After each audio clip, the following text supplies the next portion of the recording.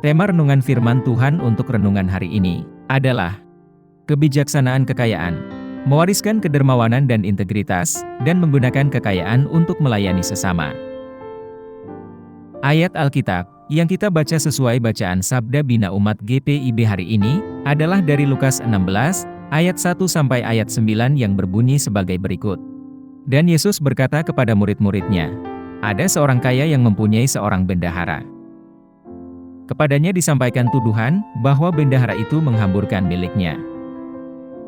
Lalu ia memanggil bendahara itu dan berkata kepadanya, apakah yang kudengar tentang engkau? Berilah pertanggungan jawab atas urusanmu, sebab engkau tidak boleh lagi bekerja sebagai bendahara. Kata bendahara itu di dalam hatinya, apakah yang harus aku perbuat? Tuanku memecat aku dari jabatanku sebagai bendahara. Mencangkul aku tidak dapat, mengemis aku malu. Aku tahu apa yang akan aku perbuat, supaya apabila aku dipecat dari jabatanku sebagai bendahara, ada orang yang akan menampung aku di rumah mereka.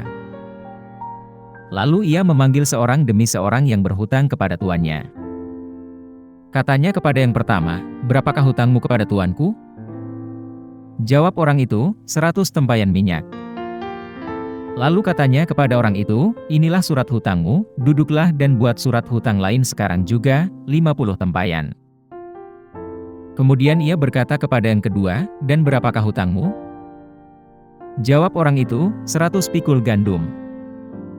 Katanya kepada orang itu, inilah surat hutangmu, buatlah surat hutang lain, 80 pikul.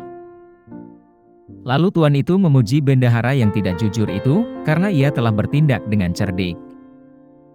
Sebab anak-anak dunia ini lebih cerdik terhadap sesamanya daripada anak-anak terang. Dan aku berkata kepadamu, ikatlah persahabatan dengan mempergunakan mamon yang tidak jujur, supaya jika mamon itu tidak dapat menolong lagi, kamu diterima di dalam kemah abadi.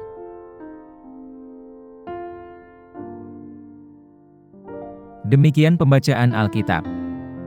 Haleluya!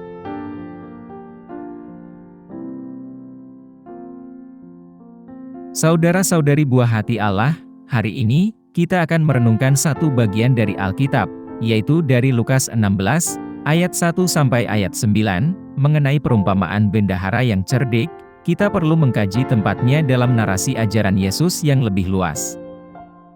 Perumpamaan ini dapat membingungkan, karena pujiannya kepada bendahara yang tidak jujur. Namun, melalui analisis kontekstual yang lebih luas, perikop ini mau mengungkap pelajaran yang lebih dalam mengenai kecerdikan, integritas, dan penggunaan kekayaan duniawi untuk tujuan kekal. Perumpamaan tentang bendahara yang cerdik ini merupakan bagian dari rangkaian perumpamaan dalam Lukas 15, termasuk domba yang hilang, dirham yang hilang, dan anak yang hilang. Perumpamaan-perumpamaan ini berfokus pada anugerah Allah yang tak terbatas, pengampunan, dan sukacita untuk sebuah pertobatan. Yesus berbicara kepada beragam orang yang terdiri dari para murid, pemungut cukai, orang berdosa, dan orang Farisi. Konteks sebelumnya menekankan kemurahan Tuhan, dan nilai dari setiap individu. Dalam perumpamaan ini Yesus bercerita tentang seorang bendahara yang menyalahgunakan harta tuannya.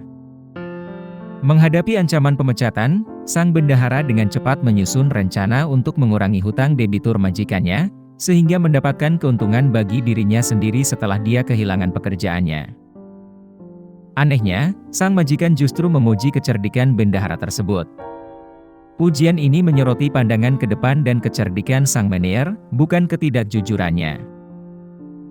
Yesus menggunakan perumpamaan ini untuk mengajarkan tentang penggunaan kekayaan duniawi secara bijaksana. Ia menyarankan bahwa sama seperti seorang manajer menggunakan posisi dan sumber dayanya untuk mempersiapkan masa depannya, orang-orang beriman juga harus menggunakan sumber daya duniawi mereka untuk memperoleh keuntungan kekal. Hal ini melibatkan penggunaan kekayaan untuk mendapatkan teman yang akan menyambut mereka di tempat tinggal abadi, yang menyiratkan tindakan kemurahan hati dan investasi dalam hubungan yang memiliki makna kekal. Ayat-ayat dalam perikop berikutnya menguraikan prinsip-prinsip yang diperkenalkan dalam perumpamaan tersebut. Yesus menekankan pentingnya kesetiaan dalam hal-hal kecil sebagai prasyarat untuk dipercaya dengan tanggung jawab yang lebih besar. Ia membandingkan antara melayani Tuhan dan melayani uang, dengan menggarisbawahi bahwa seseorang tidak dapat melayani keduanya secara bersamaan. Hal ini memperkuat pesan bahwa kekayaan harus digunakan secara bijaksana dan penuh integritas, dengan mengutamakan nilai-nilai kekal, daripada untuk keuntungan sementara. Pengajaran Yesus dalam ayat-ayat ini juga menjadi kritik terhadap orang-orang Farisi, yang mencintai uang dan membenarkan diri mereka sendiri di hadapan manusia namun dikutuk oleh Tuhan.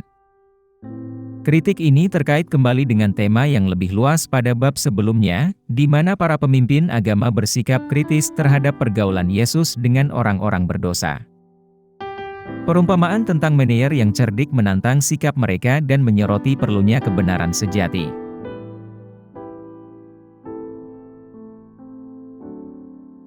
Apa pesan Tuhan untuk kita yang hidup di masa kini? Dalam masyarakat saat ini, di mana kekayaan materi seringkali menentukan kesuksesan dan status seseorang, perumpamaan Yesus tentang manajer yang cerdik ini menantang kita untuk memikirkan kembali hubungan kita dengan uang. Perumpamaan ini menekankan pentingnya menggunakan kekayaan secara bijak, dengan fokus pada kemurahan hati dan integritas. Hal ini mendorong kita untuk melihat kekayaan bukan sebagai tujuan akhir, melainkan sebagai alat untuk melayani orang lain, dan memajukan kerajaan Allah. Di dunia yang ditandai dengan kesenjangan ekonomi dan materialisme, ajaran ini merupakan seruan untuk mengelola sumber daya kita secara etis dan penuh kasih sayang, memastikan bahwa praktek keuangan kita mencerminkan keyakinan dan nilai-nilai kita.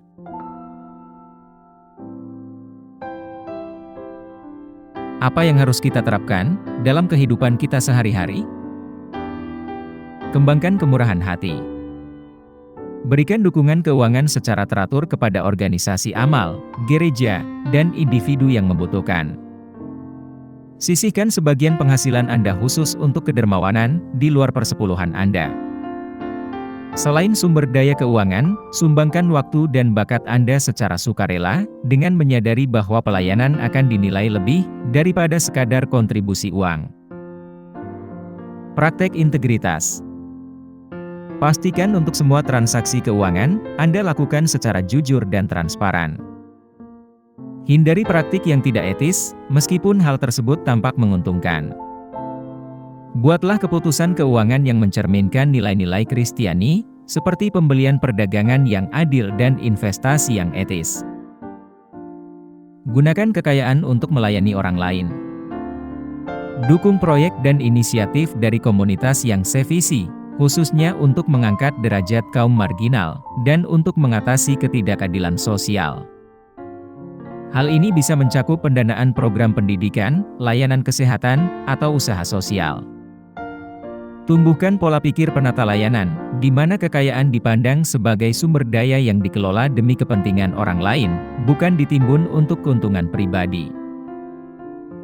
Ajarkan dan modelkan nilai-nilai berikut ini.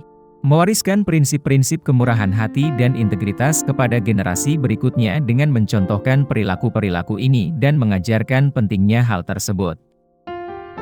Dorong diskusi tentang pengelolaan yang bertanggung jawab dalam keluarga dan komunitas Anda, untuk membangun budaya pengelolaan kekayaan yang etis.